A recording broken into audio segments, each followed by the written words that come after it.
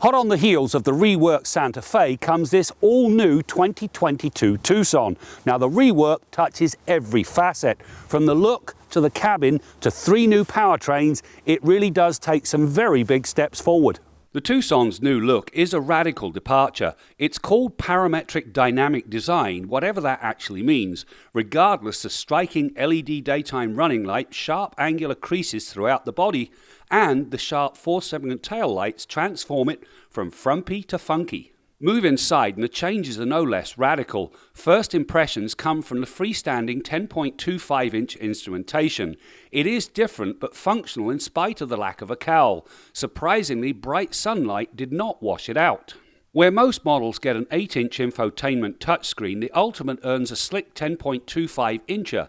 Both support wireless Apple CarPlay, Android Auto, and a solid Bose sound system. Finally, the push-button shifter replaces the outgoing lever, which brings a cleaner look to the layout. The safety equipment list includes all key features and then some. A small button on the right side of the steering wheel activates the highway driving assist. It keeps the Tucson centered in its lane during normal driving, and it works with the adaptive cruise control. When the cruise is activated, the Tucson has a semi-autonomous drive function. The sharp sheet metal wraps a body that is longer, wider, taller, and now rides on a 2755mm wheelbase, which is up 105mm. A stretch of this magnitude adds significantly more room for the passengers and cargo alike. The rear seating accommodations, well, 2 taller riders fit easily, and they do so in heated outboard seats. Cargo space, you ask? Well, there is plenty. 1,095 litres with the seats upright, and if you fold the whole lot flat, that number grows to 2,119 litres. Now, by way of reference, that's actually more than the Santa Fe. The Tucson arrives one of 3 ways. It starts with a 2.5-litre inline-4 that makes 187 horsepower and 178 pound-feet of torque. It drives the front or all 4 wheels through an 8-speed automatic transmission. Next up is this hybrid model. It uses a 1.6-litre turbo 4 that makes 180 horsepower and 195 pound-feet of torque. It works with an electric motor and a 1.49 kilowatt-hour battery. The electric motor adds another 59 horsepower and 195 pound-feet of torque, which ups the net output to 227 horsepower and 258 pound-feet of torque. The hybrid works with a 6-speed automatic to drive all 4 wheels.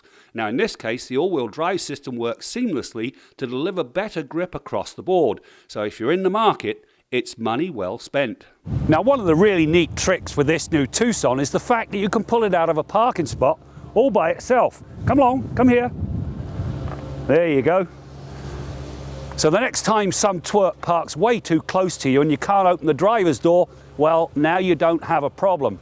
Yes, it's very much of a gimmick, but it is pretty cool. Later this year, a plug-in hybrid will land. It uses the same 1.6-litre turbo 4, but it works with a brawnier electric motor that makes 90 horsepower and 224 pound-feet of torque. It gets its juice from a larger 13.8 kilowatt-hour battery that delivers around 50 kilometers of electric-only driving. The result? 261 horsepower and 258 pound-feet of torque. In terms of ride and handling, the suspension does a good job of keeping body roll under control without making things feel harsh on the highway. The steering has got good feedback and it turns in quickly. The hybrid versions also get e-handling technology. Heading into a corner, the electric motor applies a braking force to the front wheels to sharpen the steering response. At the exit, it applies torque to the rear axle, which delivers better acceleration out of the corner. Of course, everything can be tweaked. Forget eco, stick with smart for the city and sport for the fun times. It not only adds more steering feel, the all-wheel drive system now sends more power rearward for more of the time, which ups the sportiness. There are also snow, sand and mud terrain modes, meaning it can also handle some mild off-roading. What a difference a rework makes. This 2022 Tucson, it's got sharp styling, a very nice cabin, it handles well, and of course it's got the hybrid advantage. It also now has the size needed to accommodate a growing family. Now, if you're wondering what effect this Tucson's going to have on Santa Fe sales, you're not alone. I'm Graham Fletcher for Driving.ca, and don't forget to follow us on Twitter and Instagram.